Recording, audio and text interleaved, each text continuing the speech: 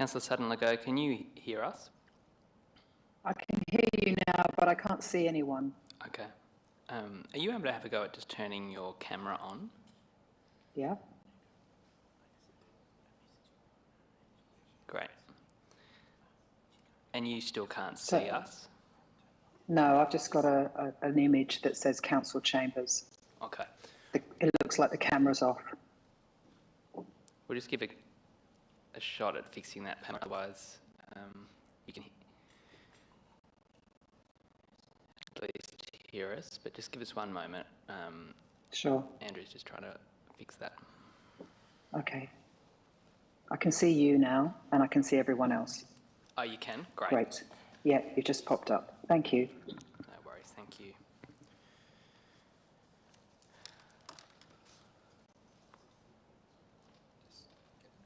Yeah. Can you just let me know when the live stream started, Rog? All right. Great, let's get started. Welcome, councillors, officers, members of the press and public gallery. Please be upstanding. We, the councillors of Hobsons Bay, recognise that we are privileged to serve a community enriched by diversity. We respect and value our community's backgrounds, customs and beliefs, and declare that we will always act impartially to the best of our skill and judgment. Through our deliberations and our conduct, we will uphold the council values to deliver outcomes that enhance the city of Hobsons Bay. I would like to begin this meeting by acknowledging that we are gathered on the traditional lands of the Bunurong people of the Kulin Nation. We recognise the First People's relationship to this land and offer our respects to their elders past and present. Please be seated.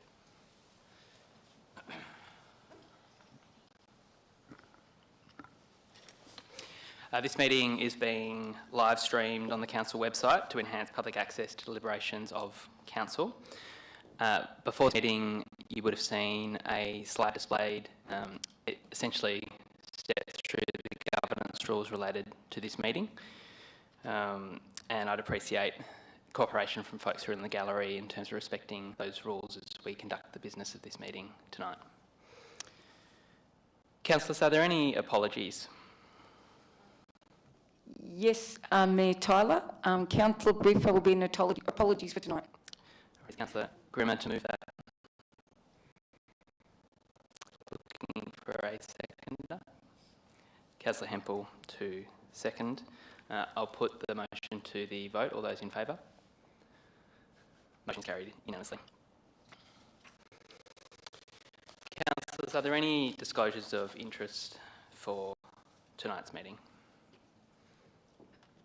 Yes, Mr. Mayor. I have a conflict with a family member working in maintenance issues with Techno Drive Park Homes.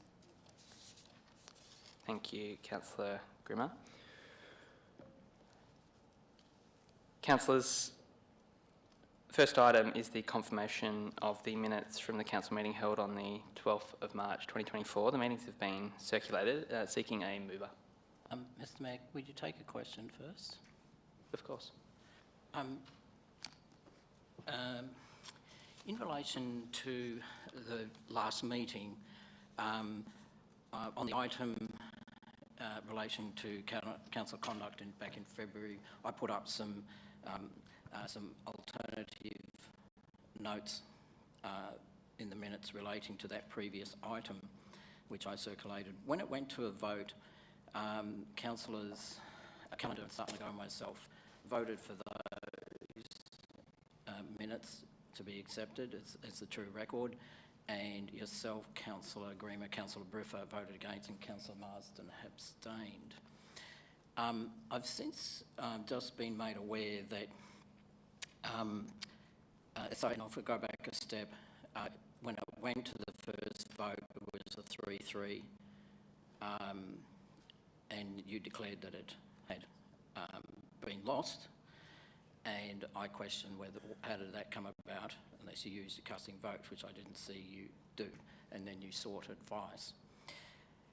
I've now been made aware that an abstention, which Councillor Marsden had, was because he was in the chamber, it would have been declared as a no vote. And however, the advice it seems that you got at the time is that, no, that wasn't the case, that you had to use a casting vote. So in actual fact, you're probably right in the first place, but the way that it evolved, it probably didn't need to go there. Were you made aware that it's actually in the Act, comes out of the Act, the Local Government Act? As you say, the advice I got on the night was that, in line with what your ask was on the night, Right. to record in the minutes as you requested. Okay. But I appreciate what you're saying. That you used the casting vote. That was the advice. You had to use a casting Yeah, vote. that was the advice on the Okay, night. thank you. That's all. Yeah, but I appreciate the point you're making, Councillor Hempel. And I'm happy to move the minutes then. Seeking a seconder. Councillor Calendar. I'll put that to the vote. All those in favour? Motion is carried unanimously. Councillors, prior to Councillor noting events over the last week or so, I know there's an appetite to get an update on the recycled mulch issue, and so I am seeking a motion to facilitate that. Councillor Marsden. Thank you, Mr Mayor. I'd like to move this procedural motion to amend the agenda to enable an officer report to Council on the material containing asbestos. And it would read as follows. The motion that Council, in accordance with section 6.2.1 of the Hobsons Bay Council governance rules, varies the published agenda at today's meeting to include a formal update by Council officers in relation to the current concerns regarding suspected recycled mulch contamination within the municipality. Can we just, I'll go to you, Councillor Hempel, a second, can we just get that on screen? Just so that all councillors can see that.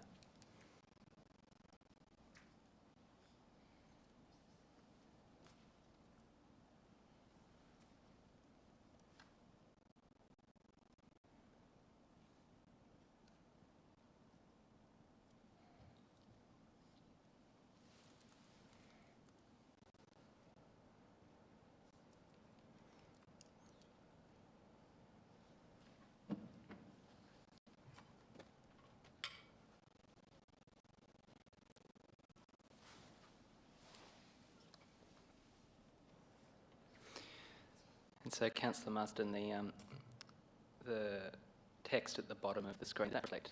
Yes. Yeah. And seconded by Councillor Hempel. I'll put that motion to the vote. All those in favour? Motion is carried unanimously. Mr CEO.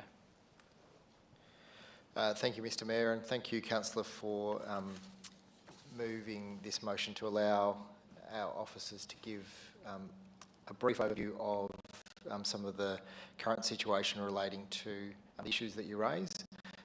I would ask Mr Travascus, our Director of Infrastructure and City Services, to provide an update here this evening. Thank you. Through you, Mayor, Councillor. The purpose of providing an update tonight is a high-level overview of the asbestos situation that is currently in the community at Hobsons Bay. So over the Easter period, Council was made aware of bonded asbestos fragments that were found at Donald Maclean Reserve. This material was found within the recycled mulch in the garden beds surrounding the play space on site. As per the messaging regularly communicated by the EPA, this is bonded assessment and they're generally made up of small amounts of asbestos fibres that are tightly bound in products such as resin and cement. As per EPA advice, it's considered low risk for people who are contacted with it unless it's damaged or badly weathered, meaning that the asbestos fragments are released.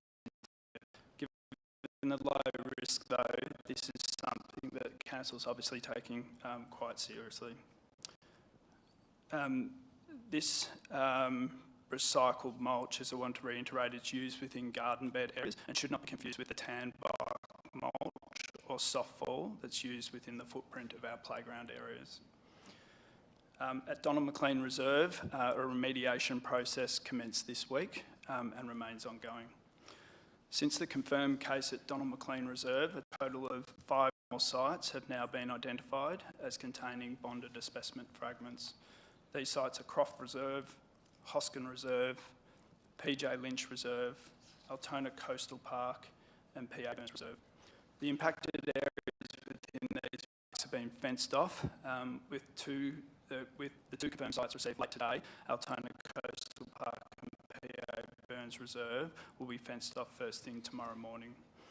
These will remain fenced until the remediation process occurs. On Sunday, the 7th of April, we received 2 remedial notices from the EPA. The first was a notice to investigate, and what this requires Council to do is to investigate all sites across the municipality where recycled mulch has been used over the past 18 months. This list of sites, we're then required to engage a hygienist to conduct a visual walkover and provide the EPA with a list of observations of these inspections and any corrective actions that we'll be undertaking. This process commenced yesterday with immediate effect. The second item received from the EPA yesterday was an information gathering notice.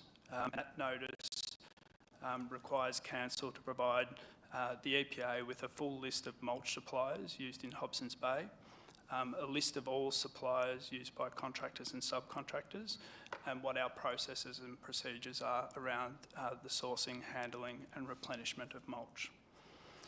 I want to reiterate that in all instances, Council's working very closely and collaboratively with the EPA in this matter. Licensed hygienists are being used to undertake the inspections, and the remedial processes are being managed by WorkSafe approved removalists. In terms of our public communications, Council's got a webpage on our website with links with up-to-date information and FAQs. Site signage and sites with a QR code to give the community the opportunity to scan to go back to Council's webpage. Residential properties adjacent or immediately opposite the impacted sites have been letterbox dropped, and where positive results are received in sports club precincts, the tenant clubs and associations have also been notified.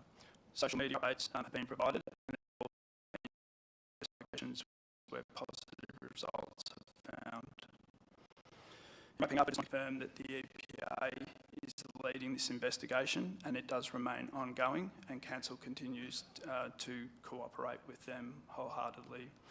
Community safety is an obvious priority for Council and also the EPA. The investigation is a complex one, as the asbestos at each site may result from recycled mulch or also illegal dumping. Regular updates on this item will be provided through the community as the investigation continues. Thank you. Thank you, Mr Travascus. Councillors, I'll with that move to councillor questions and come to you, Councillor Marsden. Thank you, Mr Mayor. I'll just ask a question of clarification, and that is whether any bonded asbestos has been identified as being part of a recycled mulch delivery at this stage.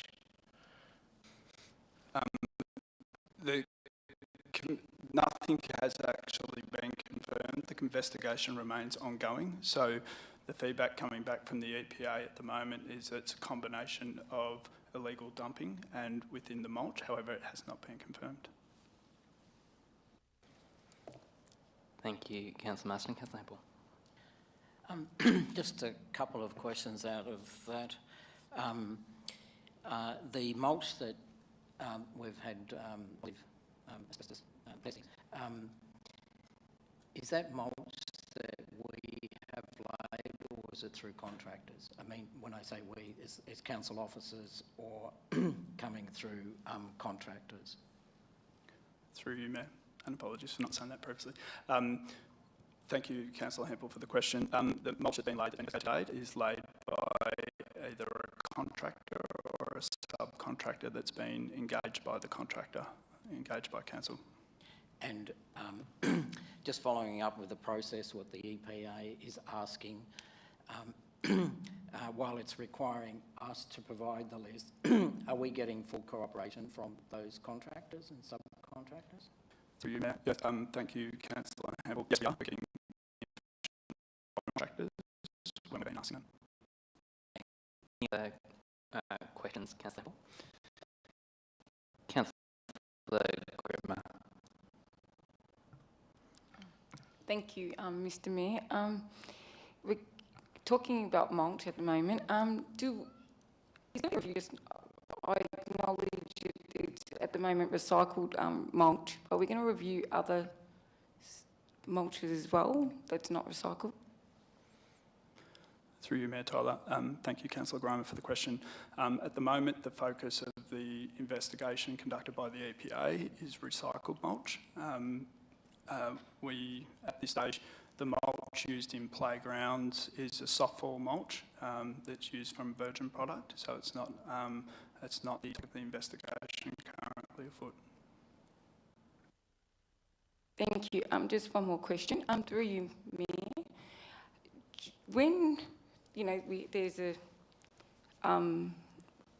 what's the word? When mulch was put into the playgrounds and other facilities, was there an inspection conducted? And in general, is there an inspection conducted with all materials, including mulch? Through you, Mayor Tyler. Yeah, looking at this process, from a project management perspective, regular inspections occur on the site as part of the redevelopment works. This mulch is also used in open space and conservation areas and are part of projects. They're used for, to replenish some of those garden bed areas. Right, thank you. Councillor Canada. Thank you, Mr Mayor. Just a few questions through you. So first one, how much does the council envisage that the testing under the requirements of the EPA, the closure of the parks and remediation of all these sites will cost? Through you, Mayor Tyler. Thank you, Councillor Callender, for the question. At this stage, we haven't quantified the costs. We do have rates for what it costs per inspection and removal, but the full quantity of costs is yet to be determined. Thank you, Mr Travascus. Next question again through you, Mr Mayor. Who will bear these costs? At this stage, we are collaborating with the EPA on the investigation. Subject to the outcome of the investigation will determine then what council's next step is in this process. Okay, thanks again for that answer. Again through you, Mr Mayor. Are other councils across the state required to conduct contamination testing on recycled mulch? Because I understand that today Brimbank has had a suspect site tested and announced by the EPA. Through you, Mayor Tyler. We're not aware of the EPA's processes in dealing with councils at this stage. We're focusing on the investigation that we've got to take. Okay, another question. Through you again, Mr Mayor. Do we know what type of penalties could be imposed by the EPA for a mulch distributor for breaching rules on contamination? Through you, Mayor Tyler. No, that's not information we're doing.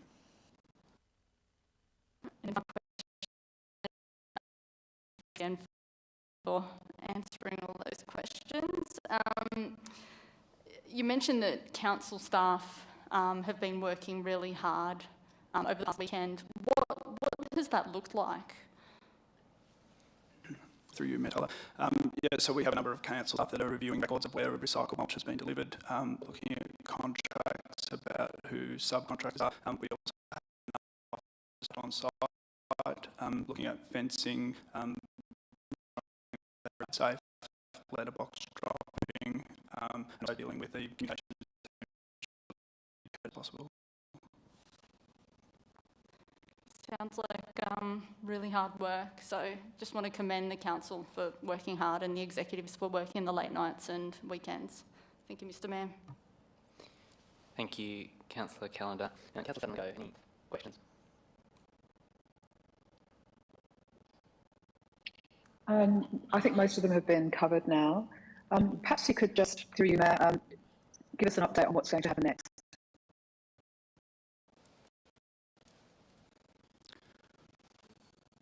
Through you, Mayor, and thank you, Councillor Sutton-Legove, for the question. Obviously, the focus of our efforts at this stage is looking at those sites that have received recycled mulch over the last 18 months. Officers are obviously turning their attention to that to ensure that we're, I suppose, getting those sites inspected and made as safe as possible, as quickly as possible. So that's the focus of our attention.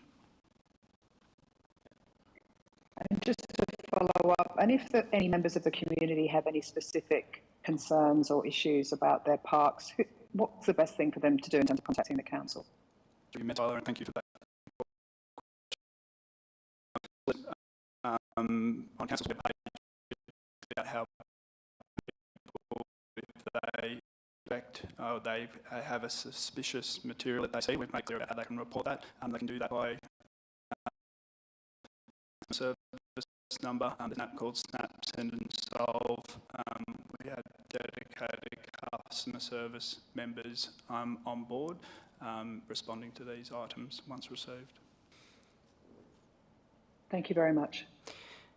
Councillors, I had moved to councillor questions. I'm conscious all questions to date have been on the mulch, and so I'm going to do one more run through if there are questions on non-mulch issues. But councillor Hempel, I think you might have one more question on recycled mulch. Just a point of clarification.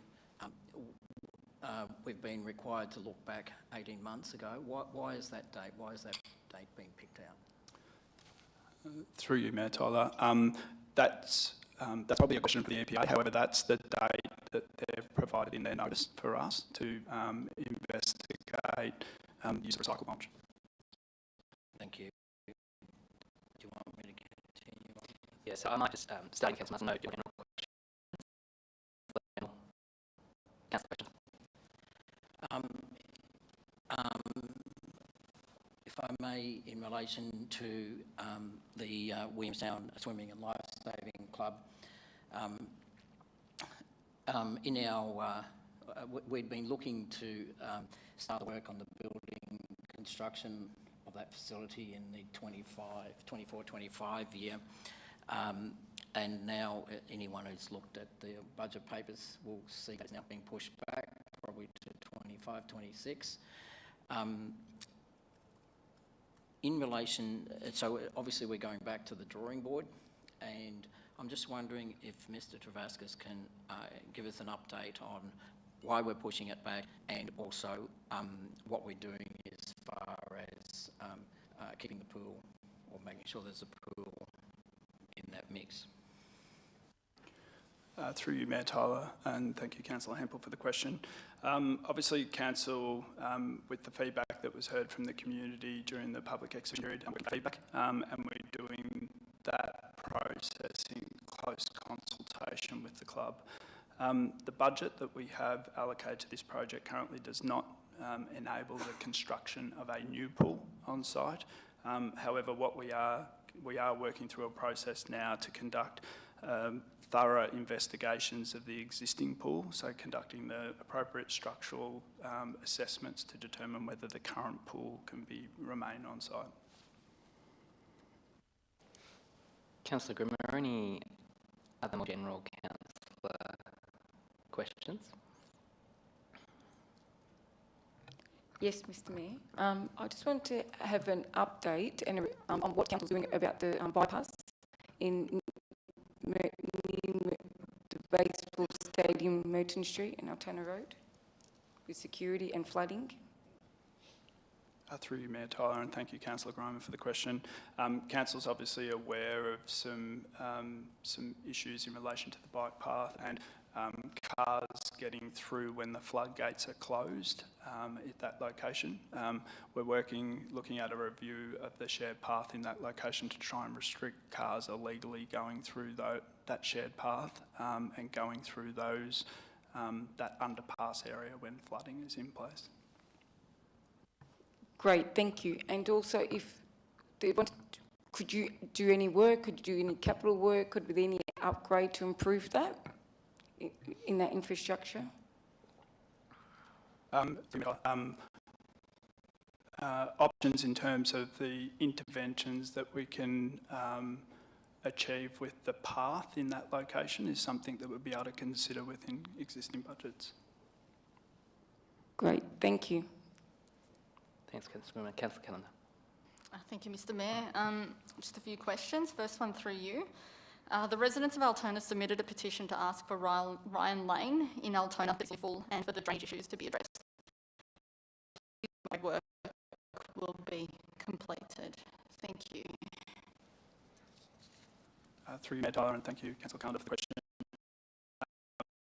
The Ryan Lane upgrade is practically complete or nearing completion. There's a budget of funds included in the proposed budget, with works now proposed for this lane is associated with a petition, and we'll be keeping the lead petitioner updated throughout that process. Thank you, Mr Travascus. I'm sure that the residents would be really, really happy to hear that. During the last budget, the conversation was that would be in 26-27. So this is a really good news story. It's a win. Next question through you, Mr Mayor. I understand the budget contains an upgrade to the Ford Bridge on Racecourse Road in Seaholme. It's currently in poor condition and it floods often. Can you please provide some details on what this upgrade will look like? Through you, Mayor Tyler, and thank you, Councillor Callender, for the question. So the Altona Ford on Racecourse Road is a project that has been designed. The project will involve the use of box culverts that will raise the road above existing levels. The level that the road is raised will not stop it from having flood events. It will, though, decrease incidents that are occurring after the completion of the project. Hallelujah to that one. Good news story again. Definitely help ease the traffic congestion. Off the back of that, noting that Corrick Creek Road is a government road, are there any plans for any upgrades on Corrick Creek Road to allow residents to turn right when exiting Racecourse Road? Through you, Mayor Tyler, and thank you, Councillor Callender, again for the question. Council advocated for a signalised Resource Road and Corrick Creek Road removal project. At that stage, that request was not supported as part of the project. However, we're aware that the state government, in a way, future-proofed that intersection for that to be potentially signalised in the future, and that'd be subject to state government priorities.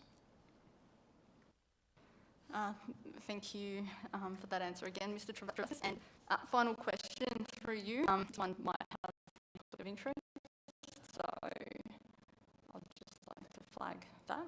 Councillor Grimmer, this question will relate to Mayor Drive.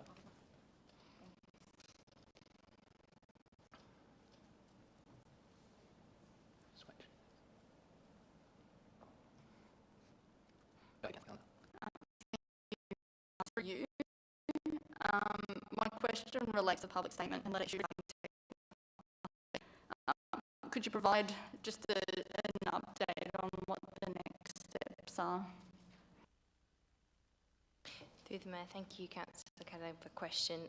The letter that was sent, the open letter, explains that there is recent changes to ministerial guidance regarding existing use rights, which are aware regarding proof of continuous use. This was some of the parts of legislation that made the previous enforcement notices have to be taken. Because those changes, we're still considering what they mean. It means in planning law terms, it makes quite a big difference to the legislation that council officers were previously using. So the next steps are that we're finishing the review with external legal advice, and then council officers rather than councillors will be considering the next steps, that whether there are any other options or clear paths to be taken. And those people who received the letter, which we were handed over today, so 100 people received those letters, do indicate that the letters have also been sent to the EPA, WorkSafe and other bodies. So we'll be working with those other bodies to ensure that the next steps taken are the right ones for everybody at Techno Park. To just end your question, there isn't a time frame on when there'll be like a decision here or a next steps, because obviously there's a lot of people to make sure that we work with, but we'll be doing that as soon as possible. We have started this as soon as the legislation change. It is complex, but we're making sure that we do this as soon as we can to make sure that whatever information is put out is done as expediently as possible. Thank you. Great. Thank you, Mr. Mayor. Thank you, Ms. Lunn, for that response. Thanks, Councillor Callender. Councillor Sutton, I'll come to you in a moment till Councillor returns to the chamber.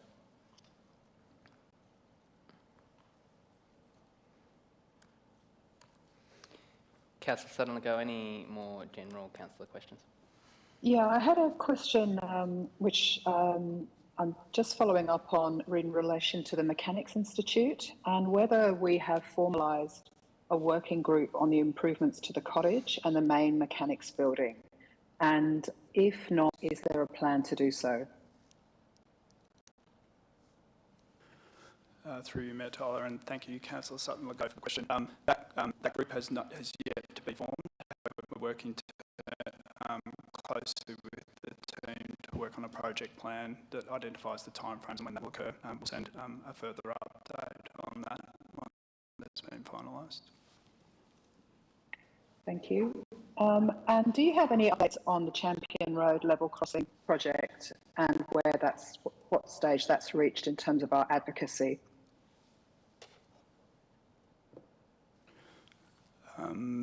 Thank you, Councillor Sutton-Legault, for the question. Obviously, Council's been outspoken in terms of its opposition to the removal of the Champion Road project. Council's written letters to the State Premier and also Treasurer as well. And that's the latest update I have on that matter. Thank you very much. Thank you, Councillor Sutton-Legault, and also Councillor. The next item on the agenda is public question time. Segment provides an opportunity for the public to ask questions related to items on the agenda of the council meeting or any other matter within council's responsibility. Questions will be received by 12 p.m. the day prior to the council meeting. After this time will be responded to in writing by the appropriate council officer.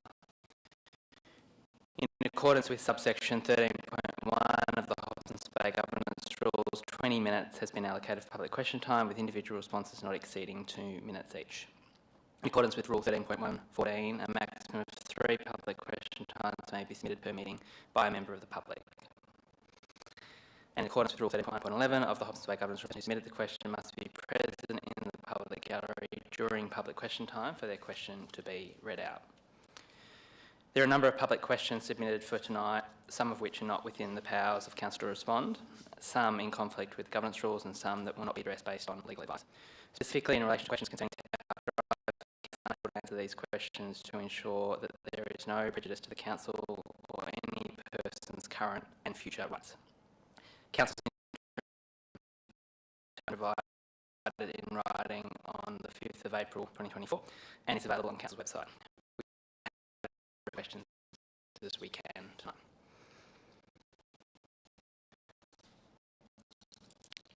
Is Matthew Lynn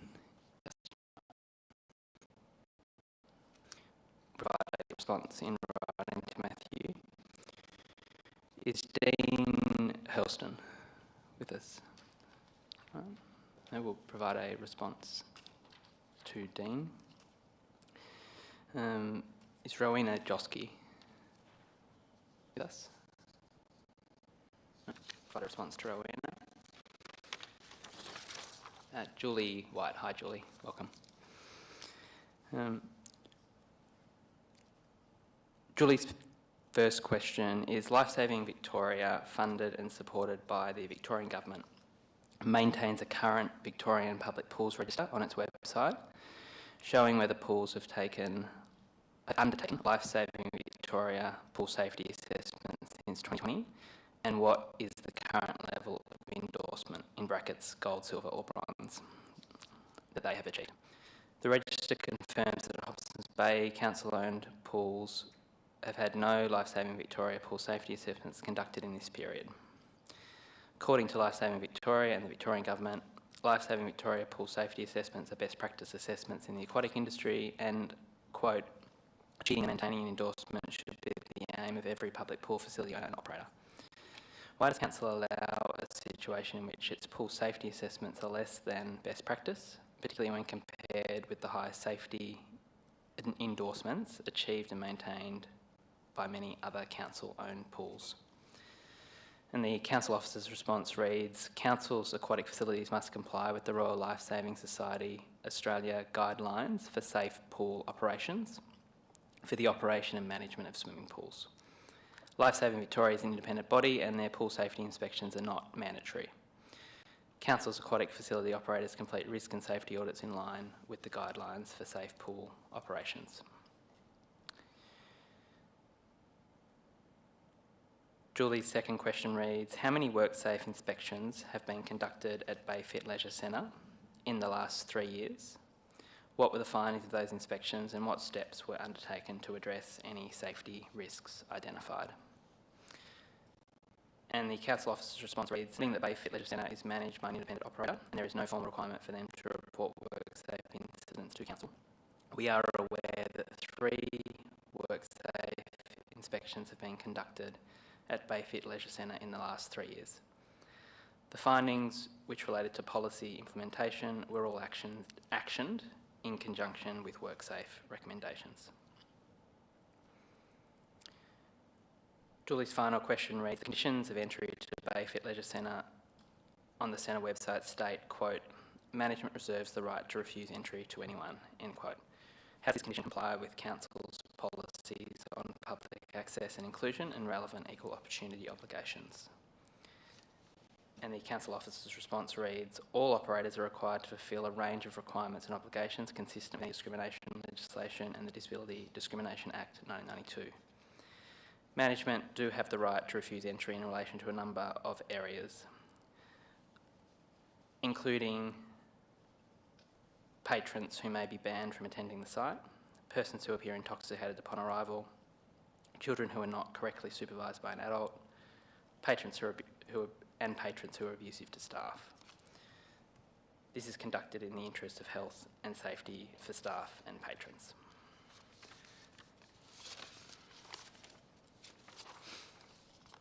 Is Mr. Brian Hogan with us? Hi Brian, welcome. Brian has 3 questions. His first reads, the South Crude Tank Farm is a mobile site located in Williamstown on the Corrick Creek, next to, and the question reads, the JSA Reserve. I think that should be the Reserve. Senior mobile officers and workers currently working at the site have publicly stated that the tanks there are being prepared for demolition. At the last council meeting, 2 questions were asked about this, but the council officer's identical response to both questions was that, quote, the Altona Tank Farm tanks are currently being inspected and maintained. The South Crude Tank Farm is a separate facility from the main former refinery sites and is not located in Altona. Can council please answer the following questions specifically in relation to the South Crude Tank Farm in Williamstown? The council officer's response reads, council has no additional information from Mobile regarding current or future uses of the South Crude Tank Farm at this time. Future intended use of the facility and operational assistance relating to the facility are questions that are best put to Mobile. One second question reads, what safety measures are in place to protect the community who use the adjacent sports ground and walking track during works at the South Crude Tank Farm? And the council officer's response reads, Mobile is the operator of a major facility and is responsible for maintaining the safety of the community while undertaking any works on their facilities. Mobile is required to ensure they comply with all necessary safety and operational regulations. And Brian's third question reads, What does council know about the future plans for the South Crude tank farm site? And the council officer's response reads, council has no further information from Mobile regarding the future uses of the South Crude tank farm at this time. The future intended use of the facility and operational decisions relating to the facility are questions that are best put to Mobile. And there's obviously correspondence that went out on Friday from Miss Lunn. I'll also be responding to correspondence I've received in coming days as well. That concludes public question time. Thank you for your questions.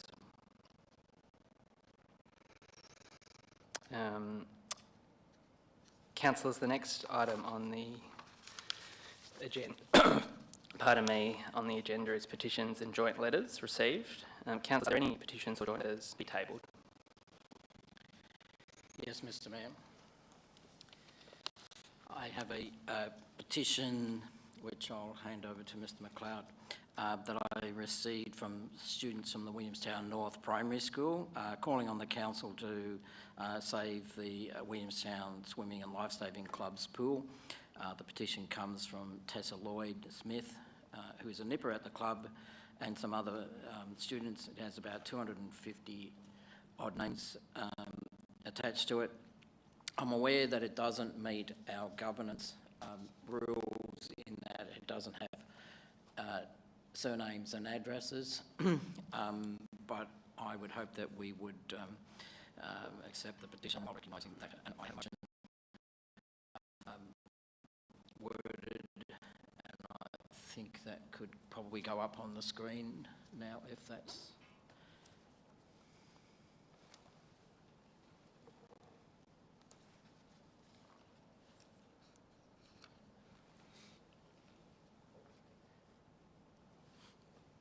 There it is there.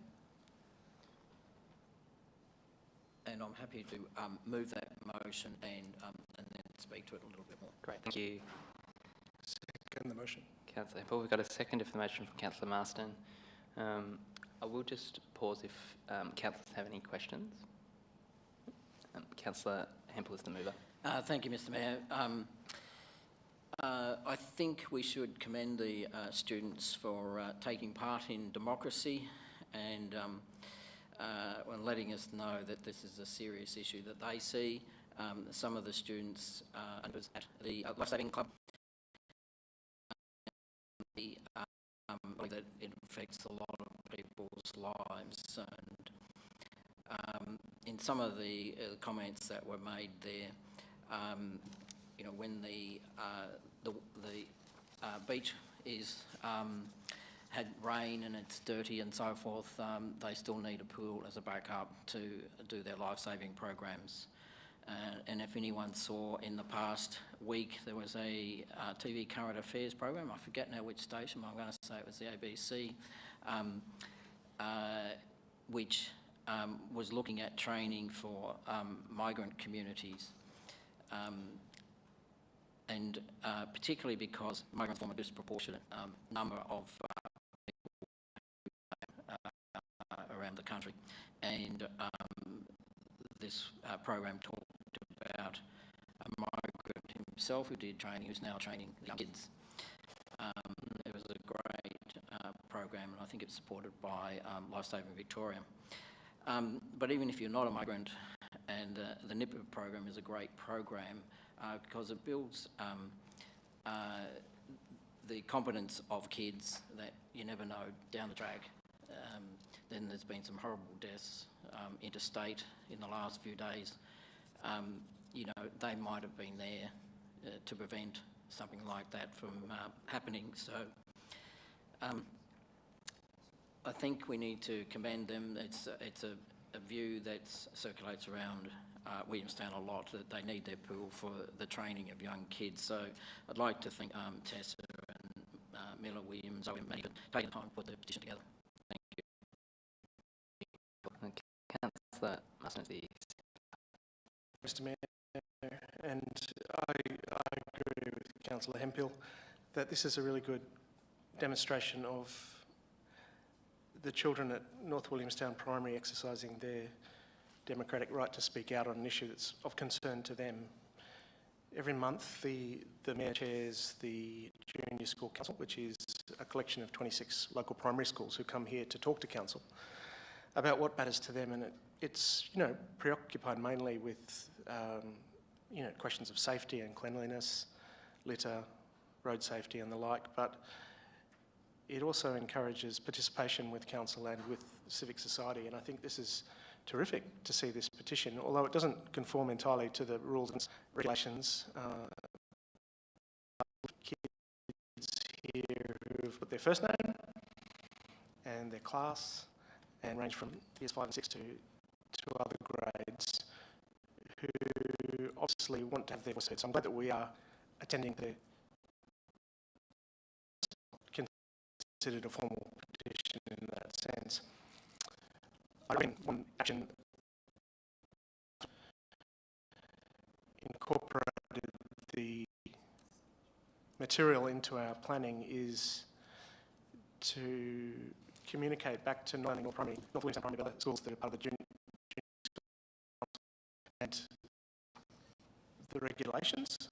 And while it seems bureaucratic, it's important that obviously there's a certain instructions that are given to Council, and so that anyone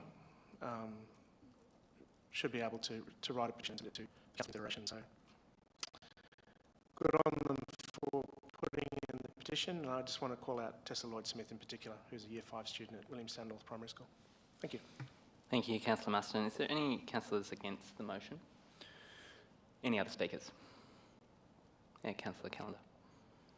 Thank you, Mr Mayor. I just want to acknowledge the words of both Councillor Hempel and Councillor Marsden. I love the fact that we've received this petition from some school kids who are obviously passionate about something in their community, and I love the fact that we're discussing it here today, we're acknowledging it, and we're considering their view. Thank you, Mr Mayor. Thanks, Councillor. Are there any other? Councillor Grimmer. No, I'd just like to acknowledge the students also. I've done quite a few school council in these chambers, so congratulations and looking forward. So good on you for giving a voice and something for us to do. Thank you. Thanks, Councillor. Any other councillors like to speak to the motion? Councillor Block, thank you. Yeah, I'll put the motion to. Motion is carried unanimously. For those who are tuned in online, we are aware that there is a challenge with the sound. I understand that it's can be understood, but there is a challenge with the sound that we're seeking to rectify. Councillors, the next item is 8.1.1, Chief Executive Officer's Report on Operations. Are there any questions on this item? Seeking a mover. Moved by Councillor Grimmer. And seconded by Councillor Marston. Councillor Grimmer. Thank you, Mayor Tyler. I'm very pleased and honoured to be here at Council, and I want to thank the CEO, the officers, my council colleagues, all the hard work that's been implemented. It's all these. I'm proud to say that we're getting action on referrals for family violence. We're getting youth support for mental health activities. We're getting meals and maintenance works across people who are living with disability, who are elderly people. Dementia, the Hobson Bay group come, and our mayor here hosted the event here in the council about people living with dementia, and we had over 6 people come to our council to share their views and their journey with dementia. And it was we had a good turnout with carers and people, family who were all in it together. So I was proud that we had it here, and it was also really good to have specific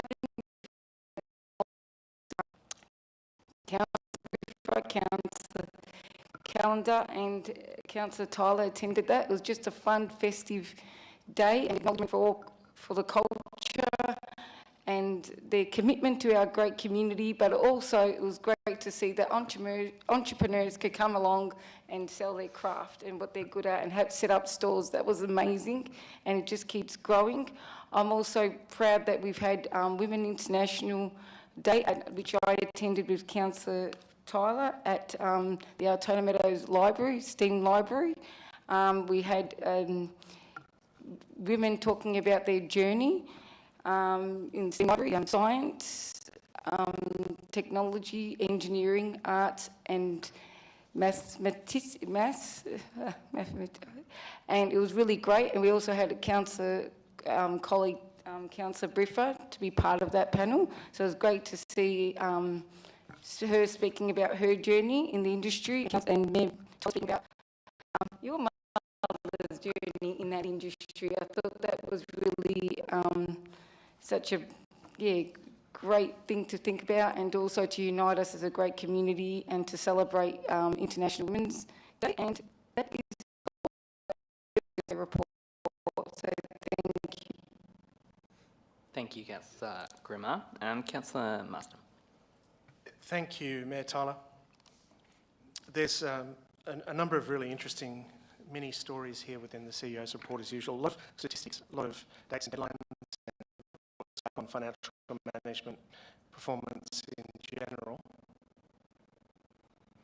But there's a really cute story on page 6, which refers to the heat health plan activation over the Labor Day weekend, which extended opening hours at the Altona North, Altona Meadows and Williamstown libraries and provided water and fruit across all sites during the scorching long weekend.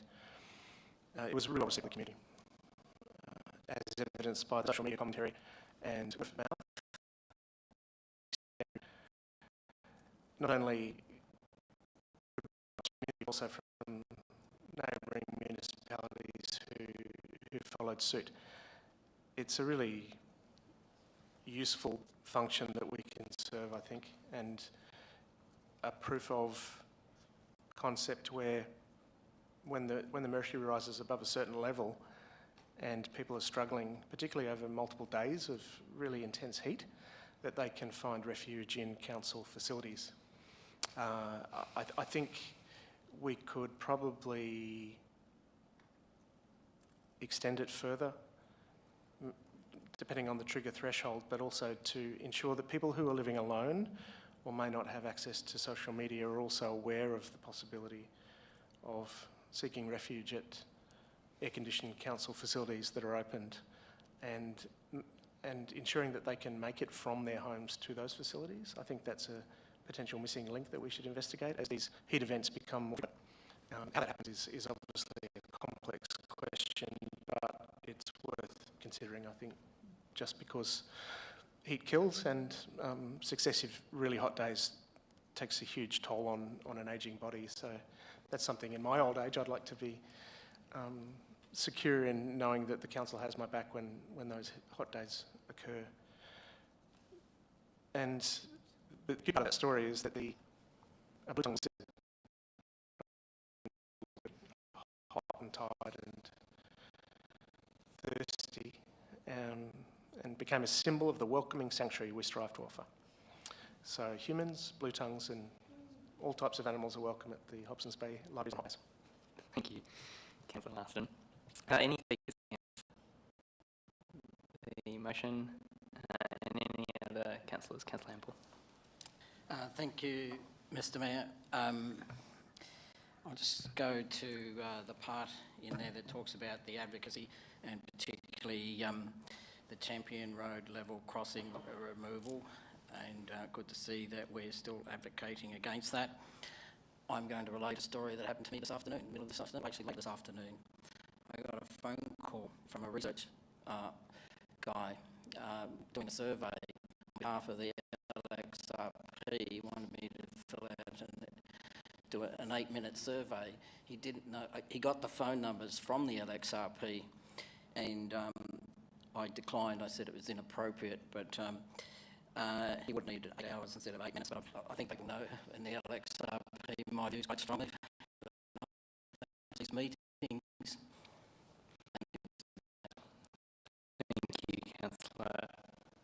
in full. Any other? Councillor Calendar. Thank you, Mr Mayor. I just want to acknowledge that March has been a really big month for cultural and faith-based celebrations within our community. And while a number of these celebrations have obviously passed, I'd simply like to take the opportunity to once again acknowledge them and wish everyone who celebrated a happy Holi, a blessed Easter and a blessed Ramadan. Ramadan celebrations actually conclude tonight, and I have no doubt that our Muslim community are celebrating with their loved ones. Furthermore, I'd like to wish our Muslim community a blessed Eid for their upcoming cities. Thank you, Mr Mayor. Thank you, Councillor Calendar. Any other councillors like to speak to the motion? Councillor Grimmer, I'll come back to you as the member. The final one, I want to acknowledge the community members available shade day. Over 2,000 kilos of rubbish was picked up. I attended the Laverton clean-up day, and just the unity and just the cleanliness and just people just want to get their hands and pick up the rubbish. So thank you. And I know there's people who beyond just to clean up Australia Day, so thank you for that as well. Thank you, Councillor Grimmer. With that, I'll put the motion to the vote. All those in favour? The motion is carried unanimously. Councillors, the next item is 8.2.1, endorsement of the proposed annual budget 24-25. Are there any questions on this item? I'm seeking a mover.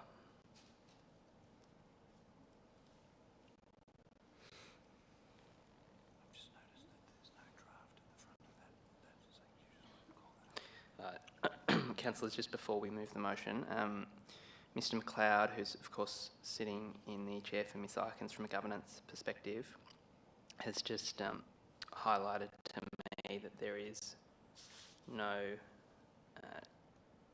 draft that has preceded the item, and so it is just important to note that this is the endorsement of the proposed draft annual budget 24-25. I'll move it with that change to the recommendation, and it'd be up to officers, I guess, in the minutes to amend anything else accordingly. Yeah, thank you, Councillor Marston, and seeking a seconder. Second, Councillor Marston. Thank you. Could I see the words of the motion just to confirm that they're...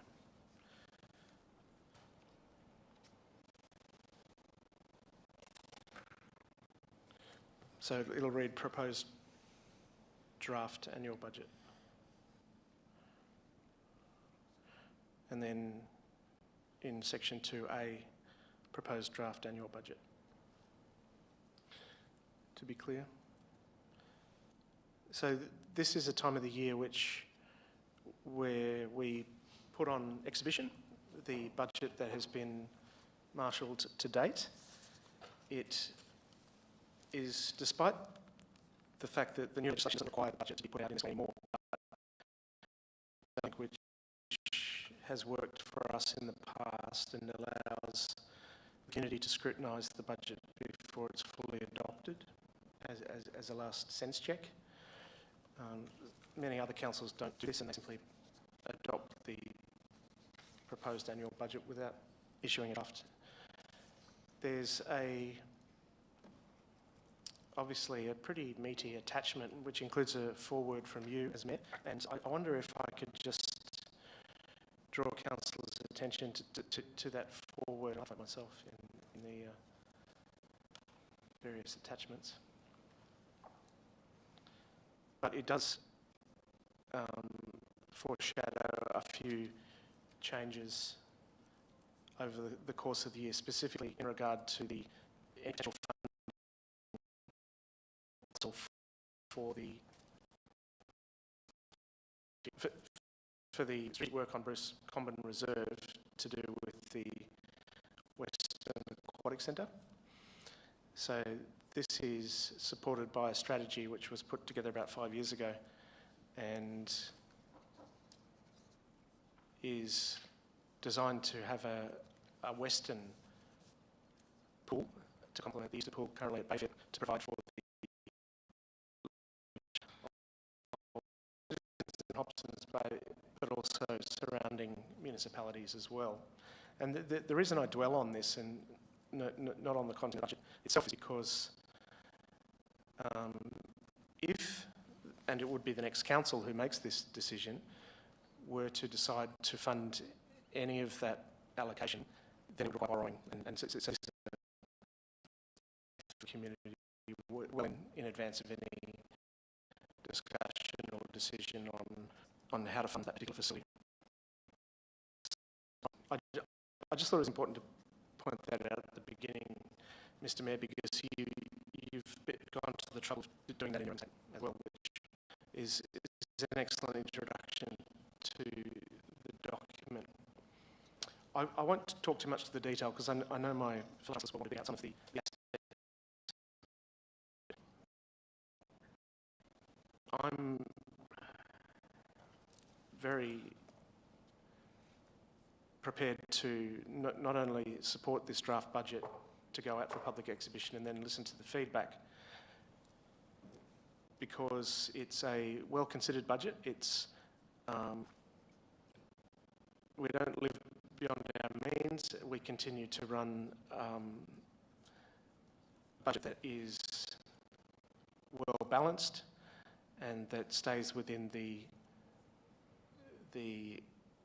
Auditor General's recommendations for the various ratios, and is scrutinised not only by the organisation but in turn by our internal and external auditors. I'm confident that it's a responsible budget that delivers on our undertakings to the community, and while it may seem that things take a long time to get built when you look at the Capital Works program, it's always a very thorough and transparent process, so that reassured that if anything's to be built, and despite that it may take 3 years, those 3 years are taken up with not only public consultation and design, but also winning funding from various other agencies, including state and federal government, and taking the time to do it properly in accordance with all the permits and conditions. A club will come to a councillor and say, we want a facility built by spring. These things quickly. The club has a good facility, and everything's done properly in accordance with our probity and financial management policies. So to that end, I'm confident that we're presenting a budget that reflects the prudent fiscal management of the. Thank you. Thank you, Councillor Marsden. Councillor Hempel. Thanks, Mr. Mayor. Yes, I concur with all the comments by Councillor Marsden. This is my 25th budget, would you believe?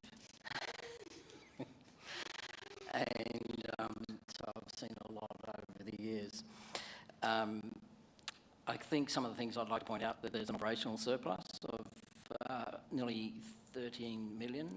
And that's not just money that just sits around doing nothing. It goes to pay, or partly pay for our Capital Works program. And you'll see that we have a $54 million Capital Works program. It's below levels of the past few years, but with the last few years since Mr. Van Egmond has joined as the CEO, it's been a supercharged budget. Prior to that, we were lucky to get to 35 million, so we're still way above that mark again. So commend Mr. Van Egmond and the team for the work that they've done. I'm just going to point out a few things that are in the budget, and we did talk about earlier on the Willie Swimming and Life Saving Club. the major funding for the works, which most of it's coming from the state government, is not in this budget. However, there is $1 million in there for the design and investigation works that have to precede all that. And so I imagine if there are no complications, we should be the following year moving into the construction, but you have to spend a lot of time and effort to make sure you get the design right. Some of the other ones, the Mechanics Institute has got $400,000 in it. That's a start to at least put the floor back in. So we've had some good discussions over that in the past few weeks, and I commend Councillor Sutton Legault for pushing that issue very strongly. Some of the other ones, the Leo Hoffman Reserve in Newport, there's enough funding in there to complete that project. We went out for consultation design. I'm going to say it was lucky. So good to see that little area that's quite a hidden gem actually. A lot of people would not know where it is because it's hidden behind some houses. And then speaking about reserves, the Mary Street Reserve in Spotswood, and that's been a long time in the making, but there is quite a substantial amount of money, I think 1.3 million off the top of my head, something of that order. But that will go ahead as well, and even some funds in there for the Botanic Gardens. So, yeah, I'd just like to thank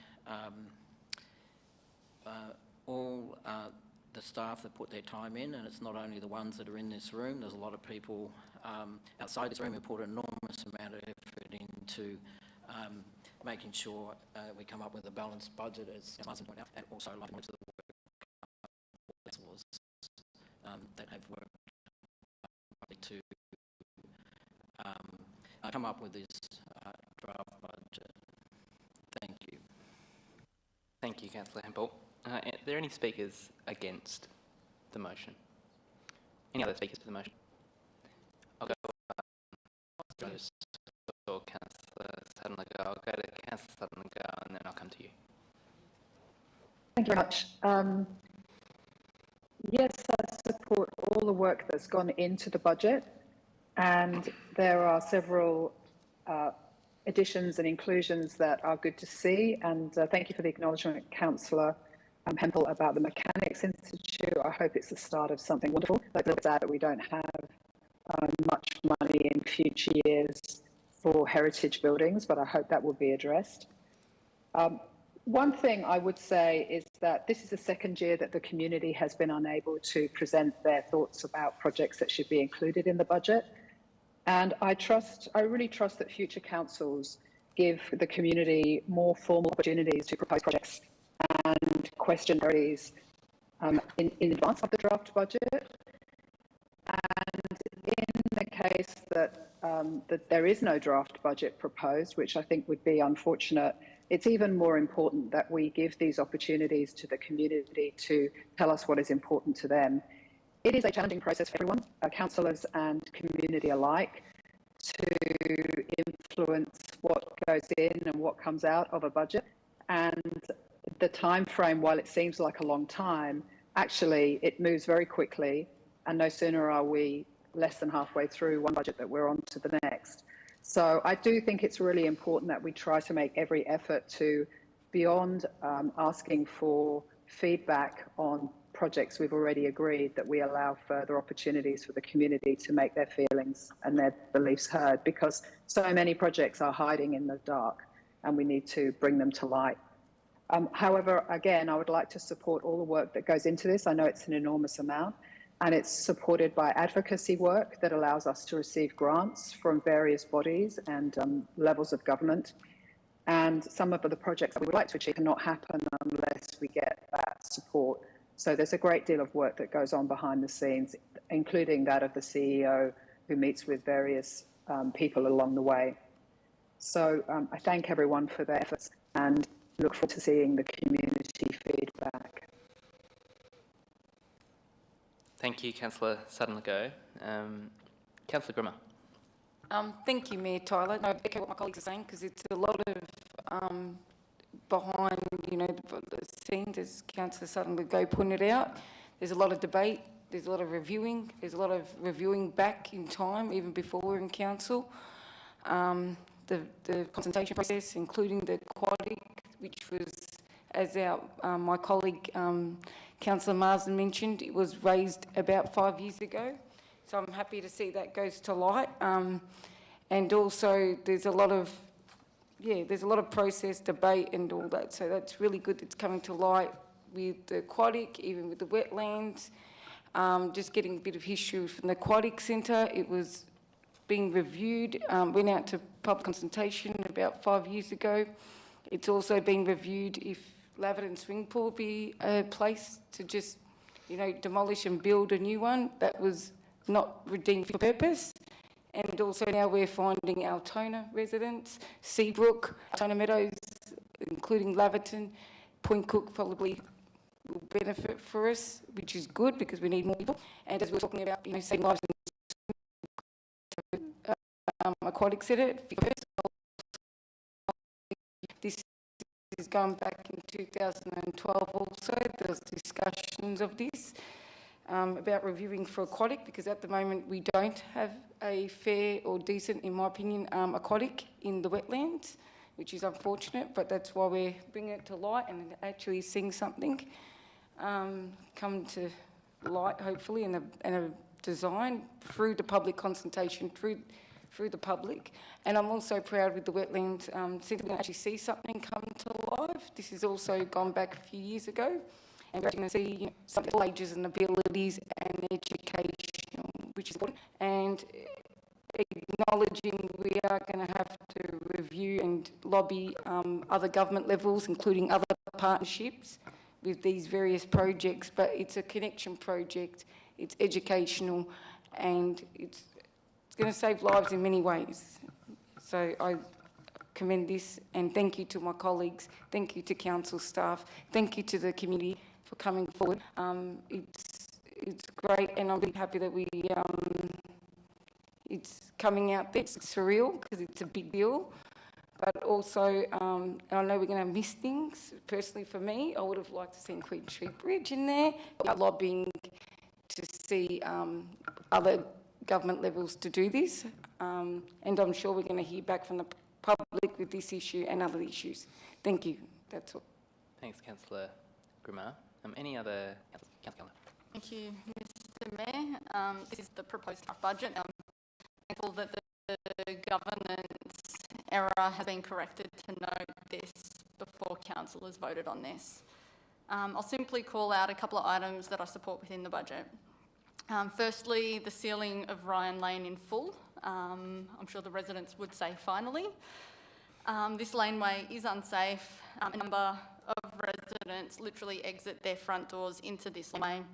It's broken, uneven and floods when it rains. So when the petition for sealing this road was tabled, I was told that works wouldn't occur until 26-27, and as confirmed today, it is now in the budget, set to occur within the next 12 months.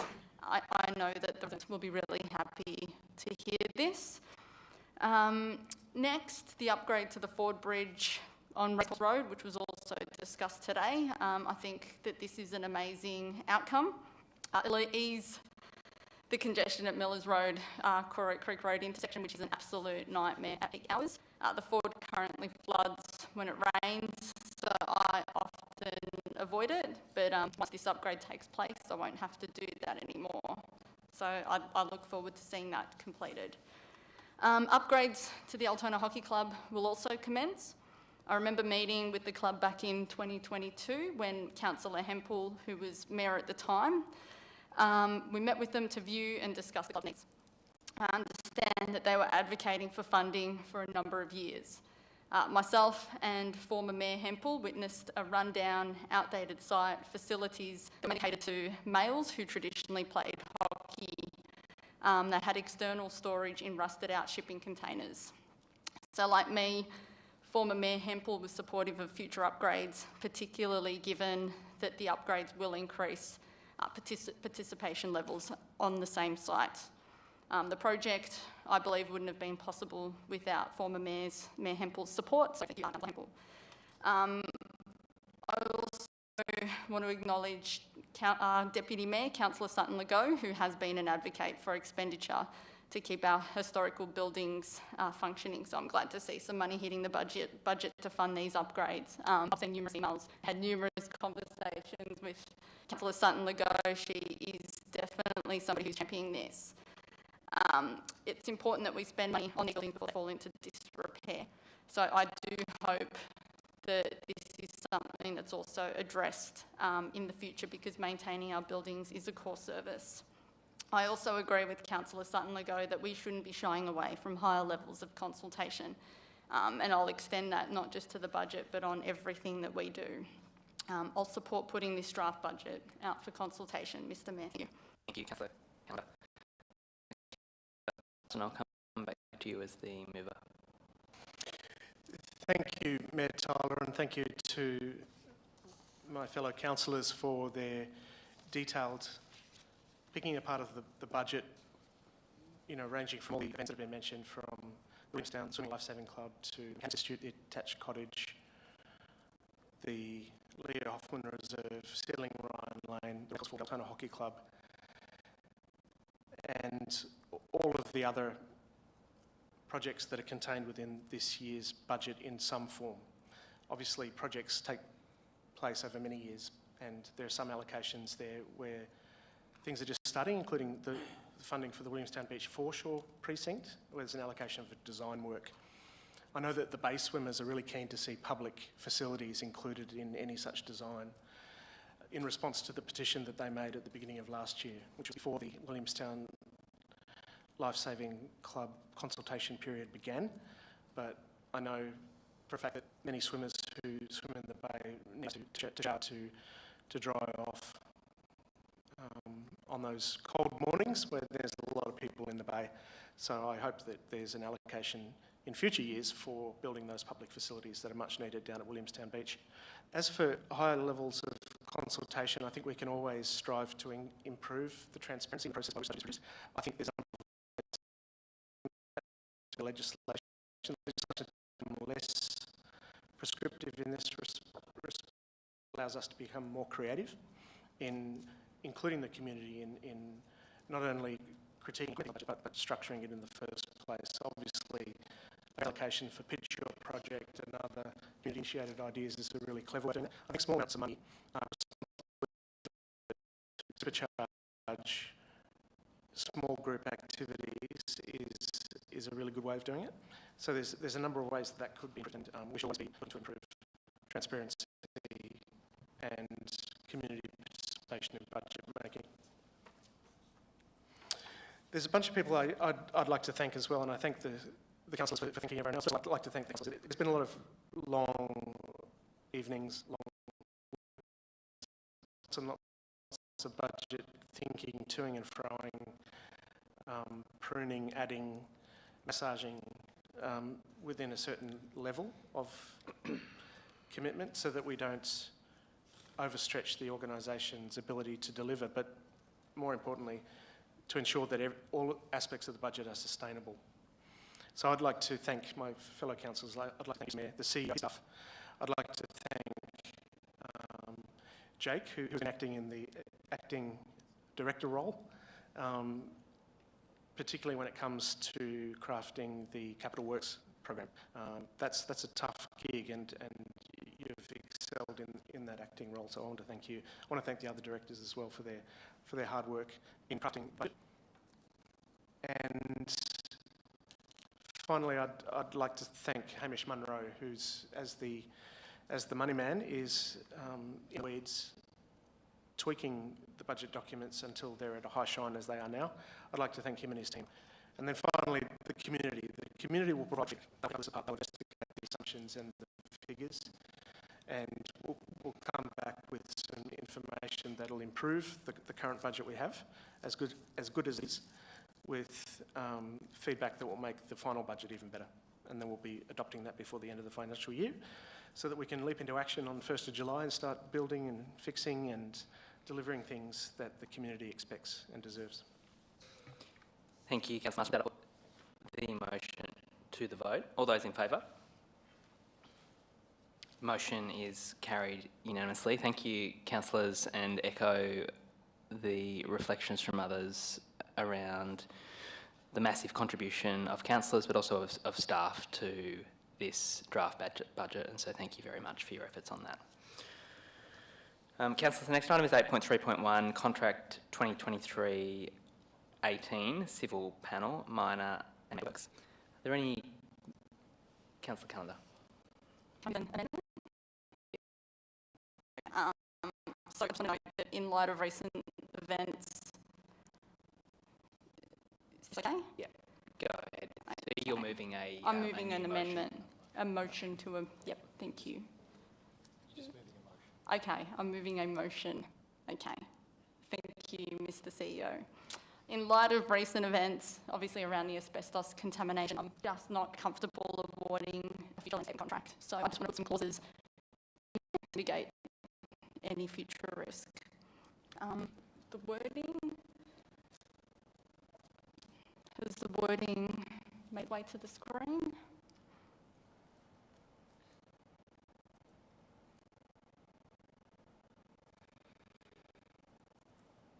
So we'll just get that updated. Yeah, okay. So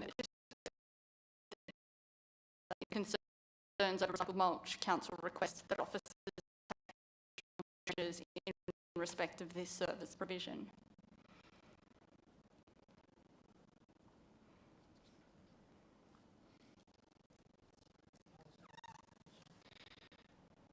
Maybe, yeah, Mr. Vasquez, you just sent that through. Yeah, that was all.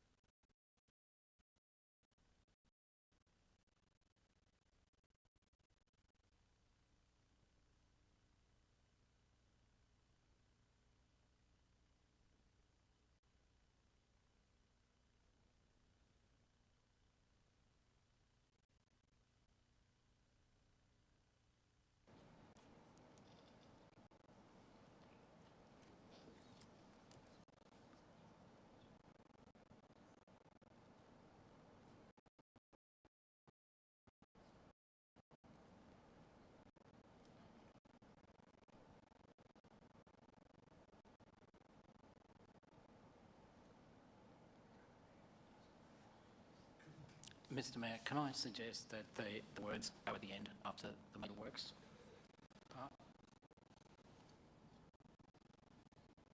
Yes, somewhere there. Yep. So, Councillor Callender, do they look like the correct words that you're wanting to see in the motion? Yep. So, Councillor Callender has made an amendment to the officer's recommendation, which now becomes the motion, and before seeking a formal move of the motion, and then come back to you, Councillor Callender, to move the motion. Any questions from Councillor? One moment, Councillor Callender.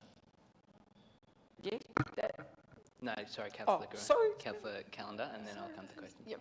Thank you, Mr. Mayor. I wanted to open this up and ask Mr. Trevasquez through you if he could explain to us the nature of the original recommendation and the significance of this to the council outside of any concerns. Through you, Mayor Tyler, and thank you, Councillor Callender, for the question. The report that we've got before us here today is for the establishment of a civil panel of suppliers that deliver major and minor works over a period of 5 years, and they have 2 one-year options on top of that.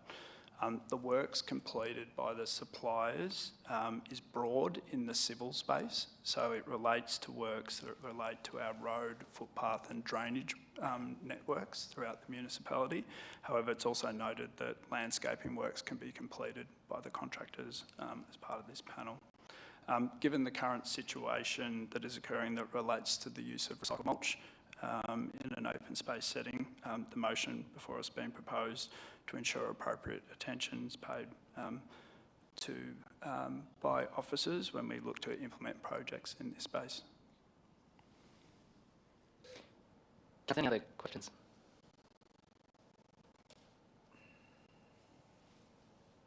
Councillor Sutton-Legault. Could you just confirm through you, Mr Mayor, the implications of the change to the recommendation and what sort of precautionary measures might be taken?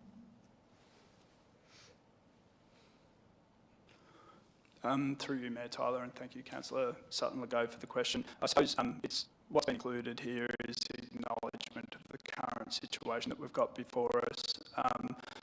We understand as well that the EPA are conducting their own investigation on this matter at the moment, and also reviewing what processes and situations that councils do in terms of utilising the recycling option.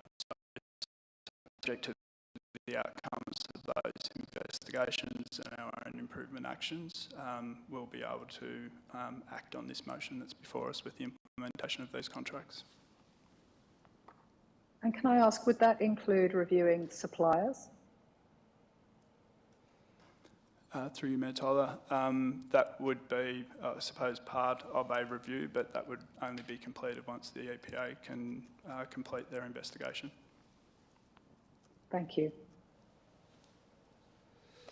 Councillor Grimmer. Following up the question of reviewing suppliers, are we also, with this project, reviewing possibly dumping of asbestos? Through you, Mayor Tyler. Obviously, the dumping of asbestos and building waste is a separate issue, but that's something that the EPA is aware of and made note of is going in public spaces. Thank you. Councillor Hempel. Thanks, Mr Mayor. Maybe for the benefit of anyone who might be listening, either here or I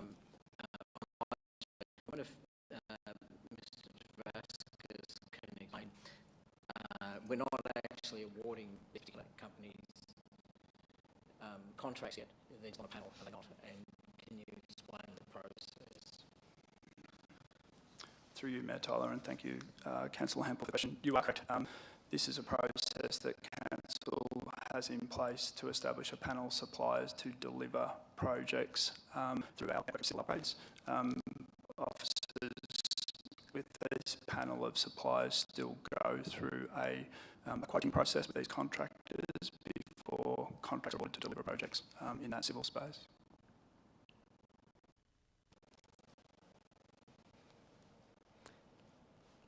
If there are no further questions, Councillor, come back to you. You're happy to move the motion? Yep. And taking a second by Councillor Grimmer. Councillor Callender. Thank you, Mr Mayor. I understand that this is an important recommendation that needs to be moved today, and I'm comfortable with the amendment that has been proposed, and happy to support this in the future. Thank you. Thank you, Councillor Callender and Councillor Grimmer. Yes, thank you. I'm supporting this because of the urgency of the situation, and I'm really supporting the situation. I acknowledge that Council, and through you, Mayor, and the Mayor and Council colleagues have done a miraculous job to get to the bottom of this and working with the EPA, and I acknowledge the Mayor and Council officers particularly, who've been really tirelessly working hard with this and being around 24/7 with this issue, so thank you. Thank you, Councillor Grimmer. Any councillors against the motion? And any other speakers? Councillor Hempel. Thanks, Mr Mayor. Yes, I commend Councillor Callender for what she had raised earlier and the wording that Mr Dravaskas has supplied us after some concerns, and I think it's just prudent to have those words in there, and it sends a message back to any potential suppliers on certain products. Thank you. Thank you, Councillor Hempel. Councillor Marston. Thank you, Mayor Tyler. I support the motion. Of combining the major and minor works in order to ensure greater diversity of offering and therefore value for money. And I'm glad that we are focusing on the outcome of the EPA investigation, which we completed quickly, and then we can put this all behind us and move on. With always a heightened awareness as to the risk of contamination in not only a highly contaminated country that has built with asbestos over a lot of landfill and existing housing. So any contractor engaged from here on will have to be obviously very aware, alert to the possibility of potential contamination. I'll clear up the situation as it currently stands. In the years to come, there will be a need for vigilance and attention to detail when it comes to any major or minor works when considered against the universal proliferation of asbestos and other building waste within the city of Hobsons Bay. Thank you.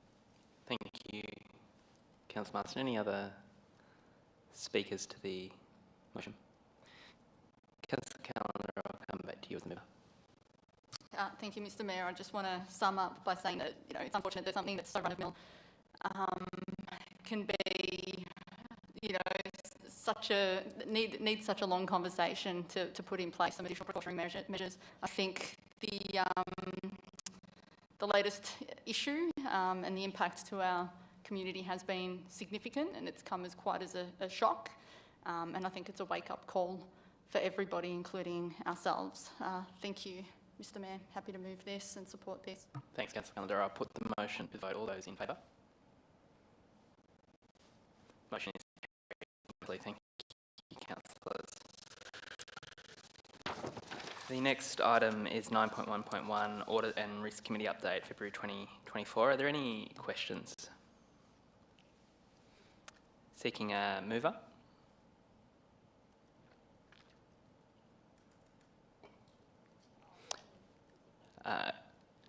I'll say moved by Councillor Marston and then a seconder. Councillor Callender. Councillor Marston. Thank you, Mayor Tyler. So this is an update which is regularly provided to Council on goings on the Audit and Risk Committee, and it's the committee that meets every quarter to discuss risk and provides the opportunity for the organisation and a couple of councillor delegates, including you, Mr Mayor, to ask questions and learn and for visitors as the situation requires. It's a very efficient meeting where people get to discuss the items that are listed on page 19, the external audit update, Chief Executive Officer's update, which goes to the heart of issues that pose a potential risk to the organisation, and so that everyone's focused on those things emerging which could potentially disrupt normal business. We look at outstanding audit recommendations, updates on the policy register, updates on various data and information technology programs, the internal audit program, which picks out certain areas to focus on to ensure that there are eyes on all actions of council, particularly those that pose a greater risk.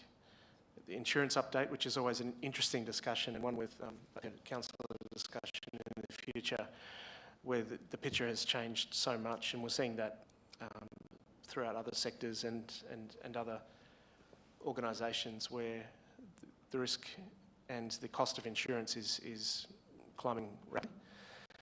And when it comes to climate risk, is presenting a real problem for costly insurance into future developments. We look at occupational health and safety, with a fine-tooth comb. The cash and investment balances make sure that we're liquid and able to deliver on our promises. And then looking at every quarter the capital works. So I'm glad to say that with those necessary probity runs in place, the Audit and Risk Committee remains vigilant, and I present this update for council endorsement. Thank you, Councillor Marston. Councillor Callender is the seconder. Nothing further to add, Mr Mayor. Is there any councillors against the motion? Any other speakers? Councillor Marston, put it to the vote. Yeah, I'll put the motion to the vote. All those in favour? Motion is carried unanimously. Next item is 9.2.1, the Metropolitan Transport Forum Delegates Report. Councillors, are there any questions? Seeking a mover.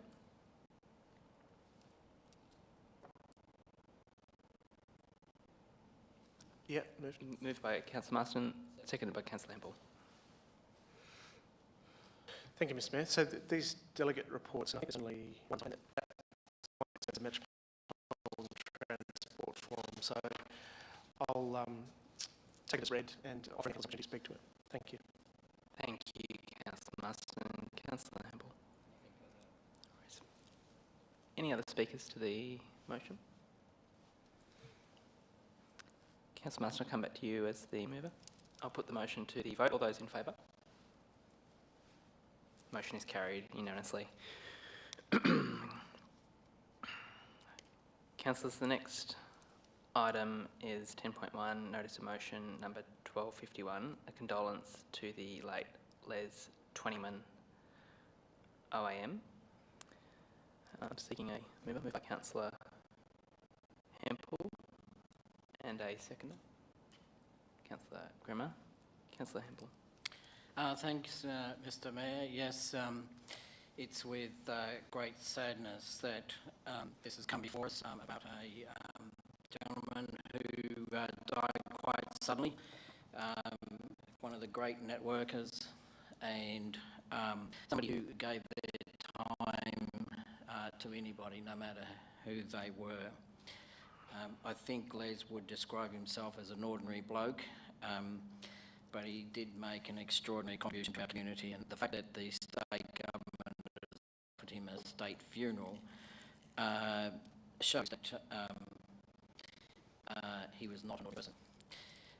So Les Twentyman was born in Williamstown in 1948. He has strong connections still to Williamstown, right up until he passed away. His early life was spent with his parents in Williamstown, I believe, and in Queen Street, Altona. But he did most of his growing up in the Braybrook area. But just the same, he kept returning to this area.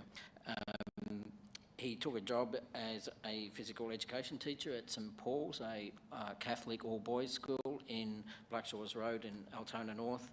I think he spent 4 years there. He later moved to the Catholic all-girls school in Altona, Mount St Joseph's. After that, he got out of education in that regard and took up education in another area, and that being as an outreach youth worker in the western suburbs. He was probably best known for his advocacy for vulnerable and homeless people in Melbourne's west. He was also a very good footballer and cricketer. He began playing with the Albion club, which I believe was in the Footscray District League. And then Footscray Football Club took him on in his teen years. In 1966, he transferred to the Williamstown Football Club, where he captained the under-19s team, and the following year he went on to play for the Williamstown Reserves.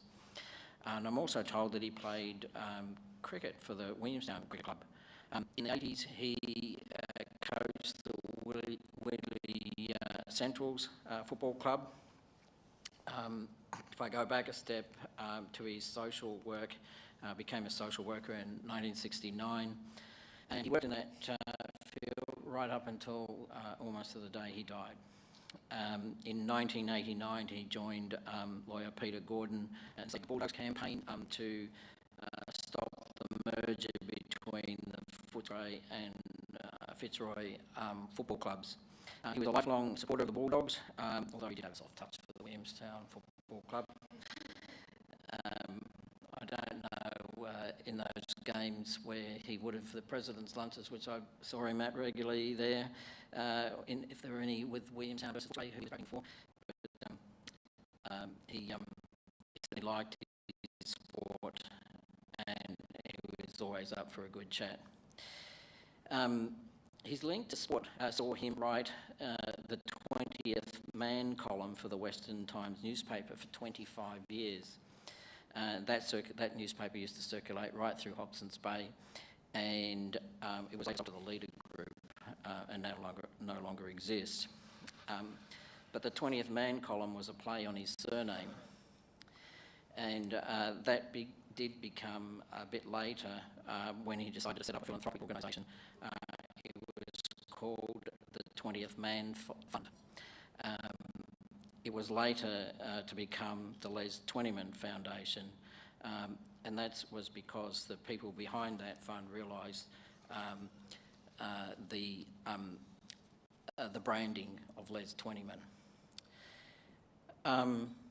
Les knew how to get rich people to part with good money out of their pockets, and we're talking millions. That money would go through the Les Twentyman Foundation and supported homeless people, disadvantaged and troubled youths. Les cultivated sports stars such as Australian cricketers Merv Hughes and Rodney Hogg to mentor troubled youth. I once brought him down here to Hobson's Bay Council to one of our briefings on the work that the Les Twentyman Foundation did. That was probably about 8 or 9 years ago. It was extraordinary work from an extraordinary person. So I'd just like to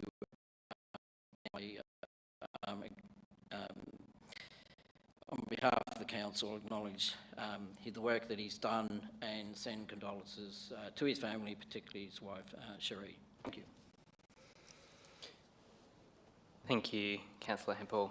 Councillor Grimmer. Thank you, Mayor Tolan. Thank you, Councillor Hempel, for your kind words.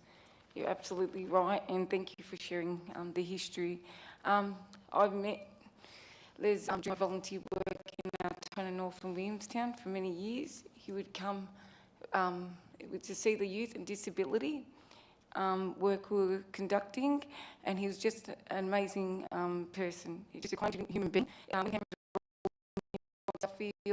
There was journalists and media there. His focus was the people, and that's what I admired about him. Sometimes I hear people, ordinary people doing extraordinary things. I think Joan Kerner quoted that when I was little, and he's just one of those remarkable people. I've met people and families who said his life, and that's why someone in a blind eye.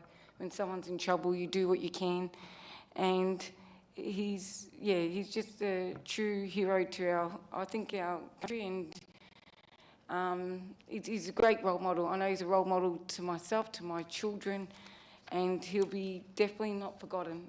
These are stories we tell, and I know there's a lot of people who will truly, through their connection to work, through their connection to saving lives. He saved. As a parent, it's remarkable, because I've heard from parents who's also said that he saved my children's life, and sometimes as parents and guardians we're helpless. So to have a human being who did this, who went beyond, I want to say thank you and bless you, and to the family, because I know he would have spent a lot of hours and time away, but yeah, a lot of people are here today because of you, and your contribution to our society is a testament to thank you and bless you. Thank you, Councillor Grimmer. Councillors, are there any other speakers? Yeah, Councillor Marston. Thank you, Mayor Tyler. Yeah, so he was everywhere and involved in everything. There's a quote on the website that says, if you're not part of the solution, then you're definitely part of the problem. Communities and societies fall apart when good people do nothing. And he was very active. I used to see him around Williamstown quite a bit. His foundation's work is obvious throughout the western suburbs. I used to read his column, The 20th Man, back in the day. He was a fair dinkum bloke and we'll all miss him. Thank you, Councillor Marston. Any other speakers? Councillor Summergo. Thank you. Yes, acknowledge all the kind words by the rest of the councillors. Les definitely had an impact on so many people and so many communities, and it's very sad to hear of his passing. I know that many people volunteer their time and their efforts quietly and perhaps a little unnoticed, but Les definitely made his presence felt, and that's what we need, to see people and their actions and the impact that they have. But he also did it in a friendly and positive way that made him a pleasure to deal with. And I really would like to acknowledge all of his contributions to all of the communities in which he was involved. And I'm sure that there will be many people saddened at his passing. So I pass my condolences also to his friends, family, and everyone who loved him. Thank you. Thank you, Councillor Summergo. Yeah, Councillor Calendar. Thank you, Mr. Mayor. While it's sad, it's great to acknowledge the amazing achievements of this man, and I simply just want to say, rest in peace, Les. Thank you. Councillor Hempel, as the mover, I'll come back to you. Thanks, Mr. Mayor. Read his 20-minute story, his passing, a book that I picked up many years ago, and there are some great yarns in there of a knockabout bloke. And, you know, anyone's got the time to pick up a book like that. There are a couple of them, I think, that are written about Les, and his story is quite remarkable. Thank you. Thank you, Councillor Hempel. I'll put the motion to the vote. All those in favour? Motion is carried unanimously, and echoing others, on a contribution, and I think a contribution that will live on for a very, very long time to come. Thank you for your words, councillors, and on behalf of the council, really send our condolences to Les's family, and may he rest in peace. Councillors, are there any items of urgent business to be raised?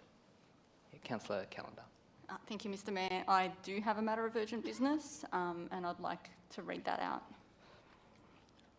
So I'll read out the wording. The Council writes to the Premier and calls on the State Government to emulate New South Wales in establishing an asbestos task force. I'm happy to move that we accept that item under business. So we've got a mover of the item. I will just pause and see if there's any questions, and then come back to mover and a seconder. I think the first motion is to actually accept that. Yeah, and so any questions? Urgent business, and I'm back. Put out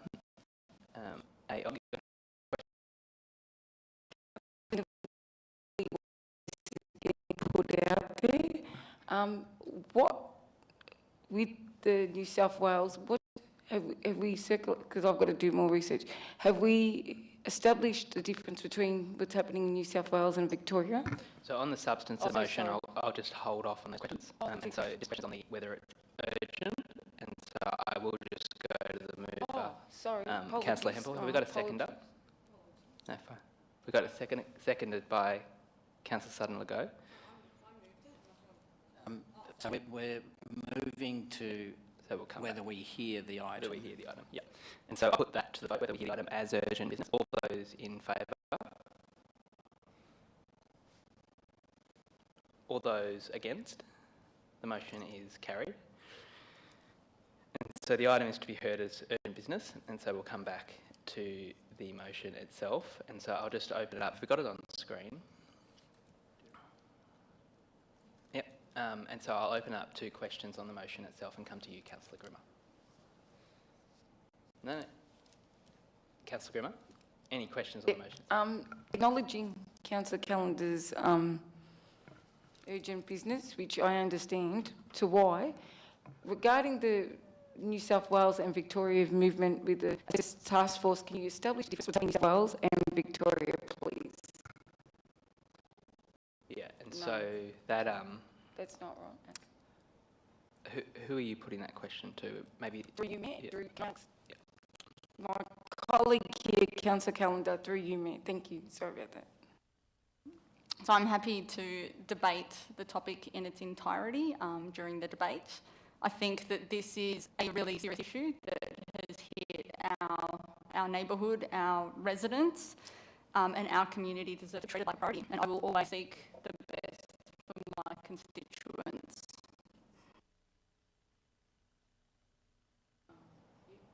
Thank you, Councillor Callender. Yeah, would you consider, am I asked through you, Mayor, would you consider if we had a discussion and review on what we find? Because, am I allowed to make a statement? no, it's a No, question. just a question, even if it's other. We'll be debate.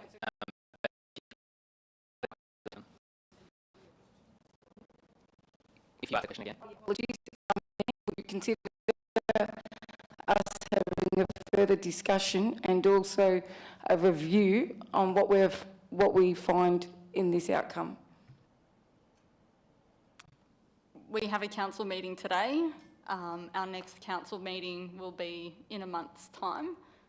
The issue is obviously pressing. It's a very serious issue at this point in time, and I believe that we need to hear it today. Agree what you're saying, Councillor Callender. Could I also ask that we, acknowledging you have means, sometimes unfortunate, would you consider something urgent that we could even put earlier urgent business, because we can do that, is that correct? Would you consider if we find something urgent, for example, next week, if we find something urgent that we need a task force to write this letter, would you consider conducting an earlier meeting for next month? I don't believe I understand that question, Mr. I think Mayor. the question is, rather than consider it tonight, would you consider convening a council meeting in between times? So I've submitted this tonight, and I'd appreciate that this being considered tonight, because I believe it's a matter of urgent business. For the time being. I'm happy to second the motion then, just to keep the debate going. Yeah. I'll just pause and see if there's any other questions. So we've got a mover, Councillor Hampton. I'll just ask one question myself before we move to debate. Mr. Juraskis, where are we at in terms of the of what's causing the current situation? Answer your question. I was going to say through the early stages of this investigation, we're providing them with regular updates. They're obviously seeking their own updates as part of that investigation, and the communication that they're giving to us at the moment is their investigation remains ongoing. Thank you, Mr. Travaskis. Another question? With which is unfortunate incident with the asbestos in our parks and recycled mulch, what does it look like? Does it look like it's supplying, etc.? Through you, Matt Tyler, that's something that hasn't been confirmed yet and is the topic of the investigation that's been undertaken by the EPA. What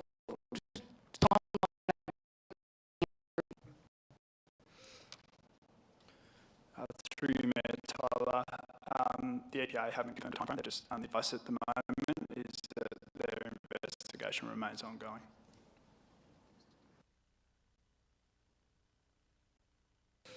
All right. We've got a mover and a seconder. Councillor Keller, I'll come to you as the mover. Thank you, Mr Mayor. This is an issue that has already played out in our states with numerous public spaces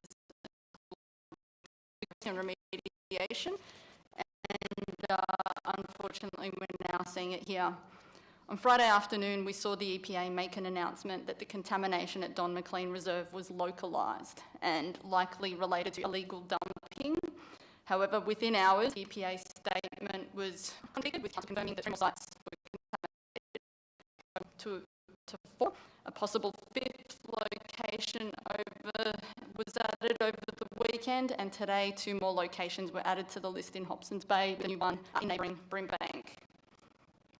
I know that the council staff have been working damn hard to tackle this issue, and their efforts need to be commended. My request for a task force is in no way a criticism to their efforts.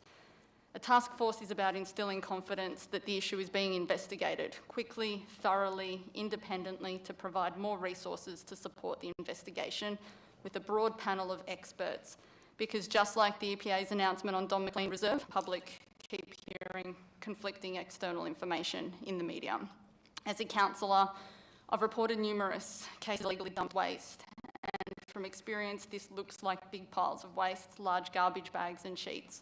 I can't imagine an illegal dumper mulching up asbestos and scattering it through a garden bed. This suggested form of illegal dumping would surely occur somewhere within the supply chain, and this view has been backed up in media by Steve Garrett from GMA Asbestos, who specialises in asbestos remediation. The EPA advised that they've previously checked 59 Victorian mulch producers, of which 6 needed to improve their contamination controls. That's 10% in the industry who need to improve.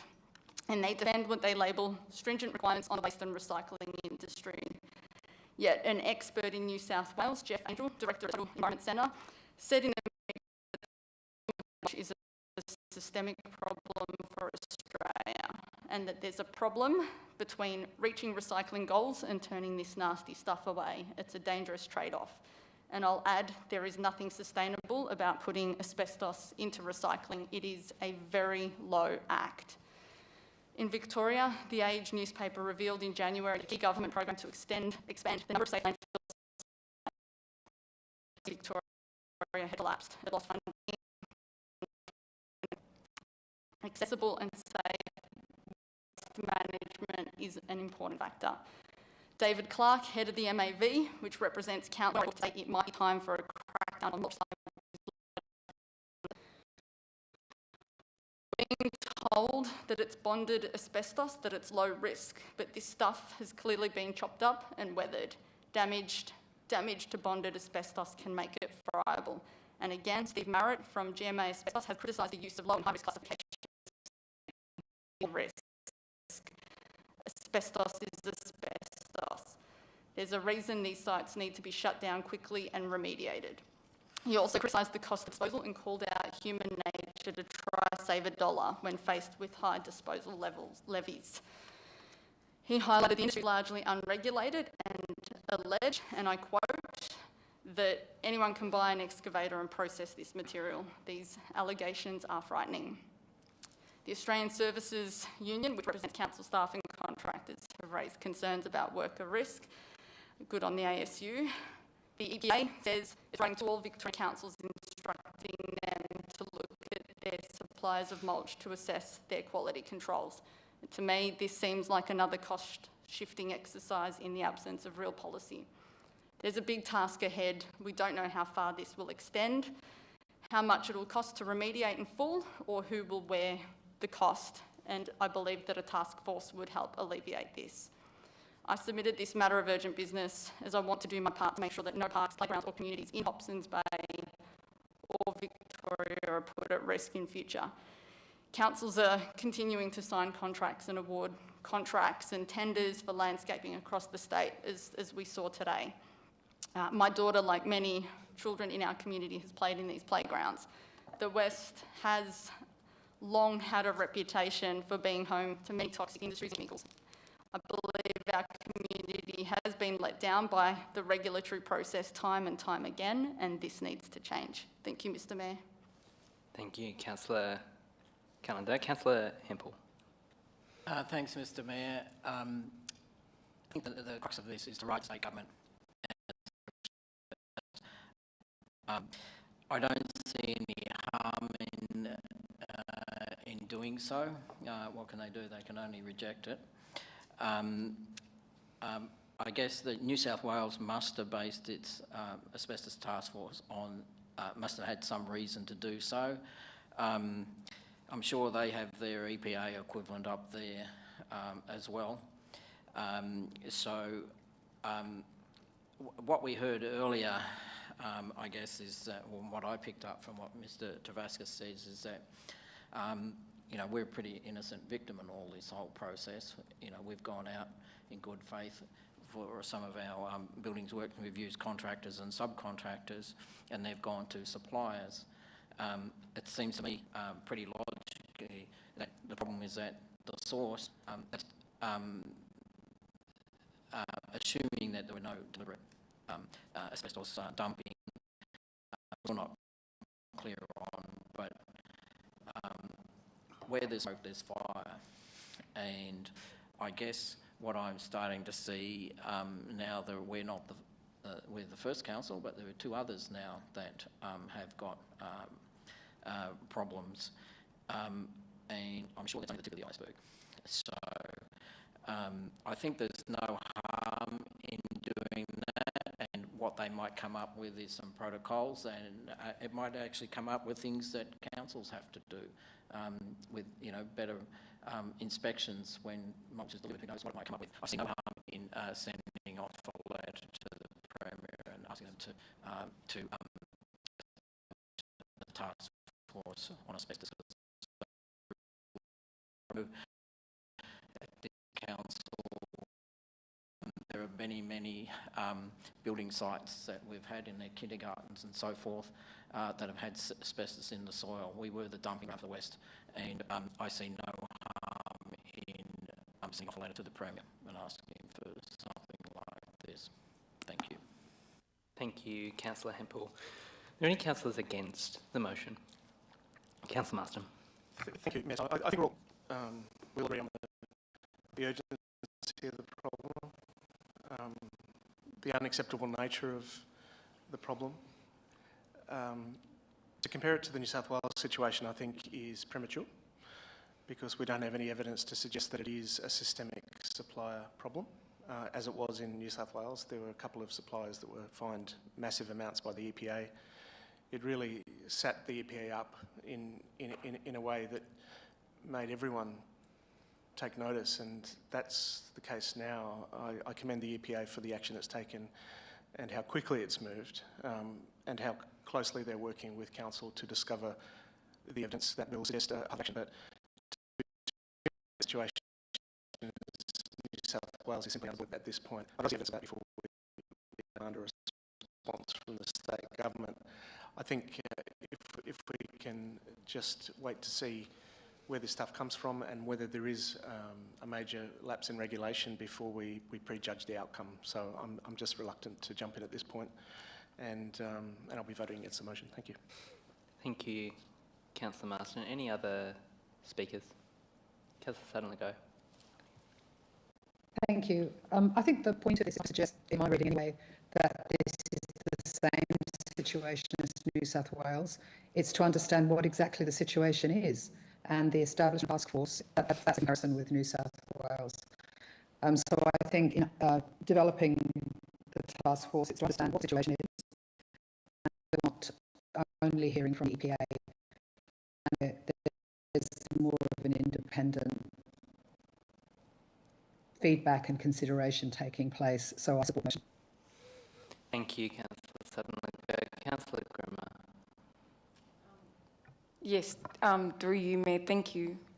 obviously this is an emergency situation. My input was that with the New South Wales that they are the supplier, but I think we're doing a whole review because it's a very dangerous thing to say about the supplier. I think definitely there needs to be a review with the supplier, but there's also maybe evidence of dumping as well. I've used this example when an aged care facility, someone got sick and they put it down to the supplier of the food chain, which was not. It escalated to the media, escalated to the lawyers, and they lost their business. So not this motion. As I've said, what I mean, and I'll be clear to my council colleagues, that if there's a review that, it's not just in my view. I've had a meeting yesterday. We've had, through you, Mayor, you've had many discussions. We don't know what it is, and to my knowledge, we already are reviewing this urgently, and we've got council, Mayor, and others, and the EPA working 24/7 on this issue. But my input on this, why this is getting put out, I do it's urgent, but I don't know if I'm allowed to say it, but I'll say it, that we could even consider if there's a finding in something that we do need to escalate this and do need to get a task, we could even call an emergency urgent meeting for the council chambers. That could be next week. It could be in the next 2 days with my council colleagues to vote on this, because I'm not solely against it, but I'm also, it's already getting looked at, the situation already getting reviewed, and it is a very sad, very upsetting situation. So I don't want to miss this. I'm very mixed feelings about this. So I just need that extra time, but and more information. Thank you. Thank you, Councillor Grimmer. Councillor Callan, I'll back to you as the mover. Thank you, Mr Mayor. I'll keep this brief. I think I've talked to events that have happened to date, the confusion, the errors that have already made, the mixed messages and whatnot. The numbers are increasing daily. It is our community that is impacted. The idea that somebody would break up asbestos into small pieces and sprinkle it through our garden beds, like in an attempt to conceal it, to me, is just outrageous. I don't believe that there's any harm in asking for this. I see this as prioritising our community, a community that has been impacted by waste and chemicals for the decades. I see no harm in writing a letter. Thank you, Mr Mayor. Thank you, Councillor Callender. With that, I'll put the motion to the vote. All those in favour? All those against? I've had a division called. All those in favour? Councillor Hempel, Councillor Tyler, Councillor Grimmer, Councillor Callender and Councillor Sutton-Legault. All those against? Councillor Muston. Councillors, the next item is supplementary public question time. Are there any supplementary public question time? No, nothing received. Councillors, I'll declare the meeting closed at 9:15 p.m.